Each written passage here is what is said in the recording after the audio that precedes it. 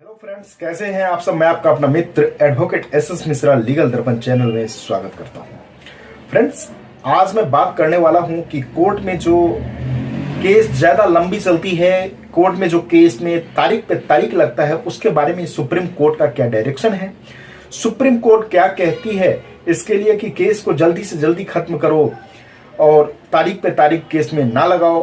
क्या fast track सुविधा इसमें है या नहीं, क्या केस को खत्म करने में यदि किसी भी जज का उसमें नेग्लिजेंस है तो उस पर कोई कार्रवाई कर सकते हैं या नहीं, इन सब के बारे में सुप्रीम कोर्ट का कुछ डायरेक्शन है जिसके बारे में मैं आज चर्चा करूंगा। तो इसे जानने के लिए वीडियो को लास्ट तक देखिए और वीडियो देखने के बाद अच्छा लगे तो हर बार की तरह इस बार भी आप लोगों से एक ही रिक्वेस्ट है कि चैनल को ज़्यादा से ज़्यादा सब्सक्राइब, लाइक और शेयर कीजिएगा। तो आइए फ्रेंड्स, जानते हैं। फ्रेंड्स, क्रिमिनल केस फिर भी जल्दी निपट जाता है। क्रिमिनल केस में जो भी नेग्लिजेंसी होती है पुलिस वालों की तरफ से होती है, यदि पुलिस वालों ने टाइम पे चार्जशीट फाइल कर देता है तो केस जल्दी निपट जाता है। और ज़्यादातर ये भी देखा भी जाता है कि क्रिमिनल केस जितने भी होते हैं, जितने भी FIR होते हैं, सिविल के कंपैरिजन में वो केस जल्दी निपटते हैं। लेकिन सिविल केस एक ऐसा केस होता है जिसमें 20-20 साल, 40-40 साल तक भी केस चला है और चलता है। तो इस बारे में सुप्रीम कोर्ट का कुछ डायरेक्शन है, जिस डायरेक्शन को जानना आप लोगों को बहुत जरूरी है। डायरेक्शन ये है कि जब कोई व्यक्ति किसी पे कोई सिविल सूट फाइल करता है तो सिविल सूट फाइल करने के बाद उसको सम्मन तामील किया जाता है।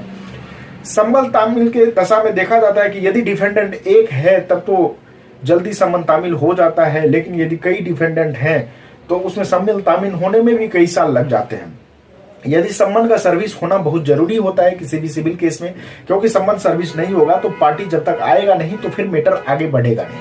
तो सम्मन तामील कराने के संबंध में सुप्रीम कोर्ट का डायरेक्शन है कि सम्मन को जल्दी से जल्दी तामील किया जाए। यदि एक पार्टी है फिर भी नहीं, दूसरा पार्टी है फिर भी, यदि आप सम्मन तामील कराते हैं, सम्मन एक बार करते हैं व्यक्ति नहीं आता है, दोबारा करते हैं व्यक्ति नहीं आता है, तो एक्स पार्टी मैटर को करके और फिर उस पर डिक्री दे दिया जाए। ज़्यादा मैटर को घिसना नहीं चाहिए, उस पर सम्मन तामील कराइए, व्यक्ति नहीं आता है, एक्स पार्टी कीजिए, एविडेंस कराइए, फाइनल आर्गुमेंट कीजिए और मैटर को खत्म कीजिए।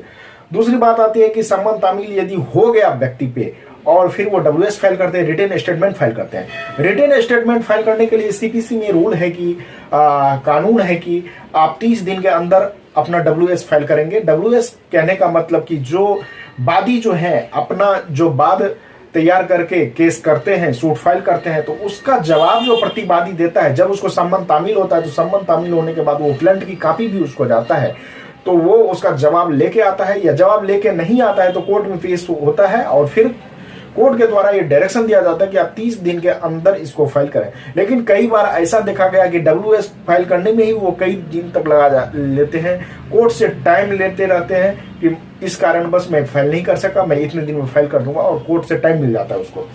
तो इसके लिए भी सुप्रीम कोर्ट का डायरेक्शन है कि उसको ज्यादा टाइम नहीं दिया जाए। यदि 30 दिन में वो फाइल नहीं किया जाता है तो मैटर को आगे बढ़ाया जाए, इशू फ्रेम किया जाए और मैटर पे गवाही करा के मैटर को जल्दी से जल्दी खत्म किया जाए।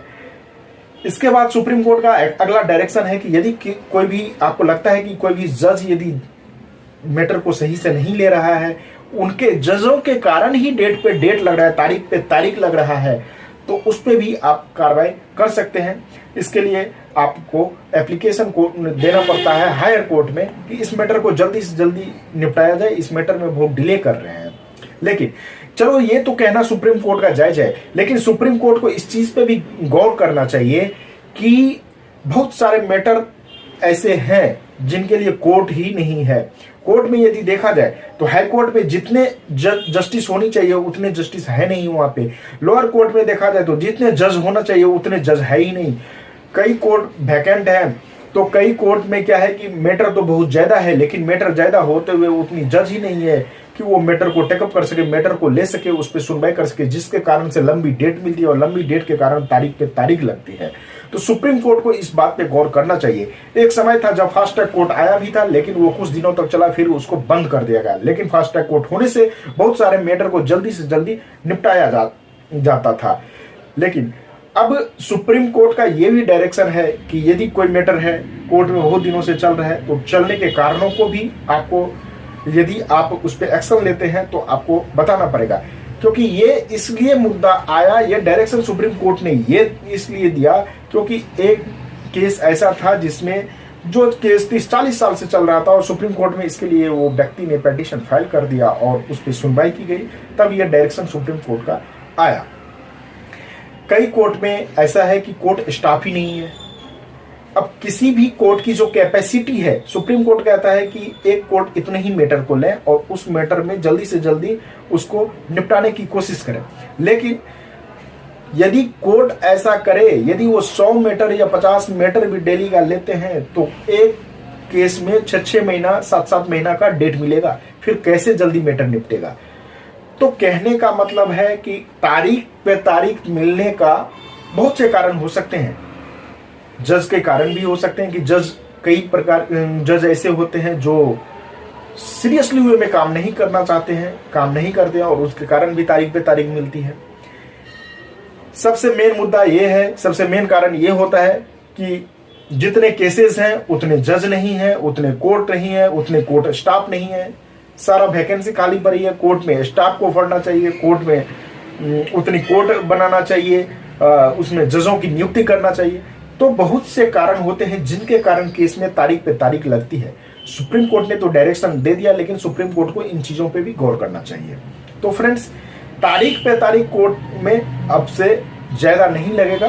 कोर्ट बहुत सजग हो गया है जब से सुप्रीम कोर्ट का डायरेक्शन आया है।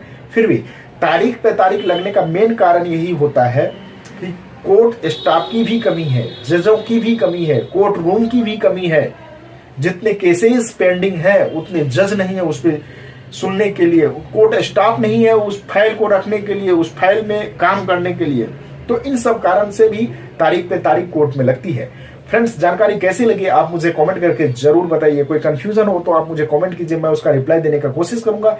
आज तक के लिए इतना ही, फिर मिलेंगे नेक्स्ट वीडियो में। तब तक के लिए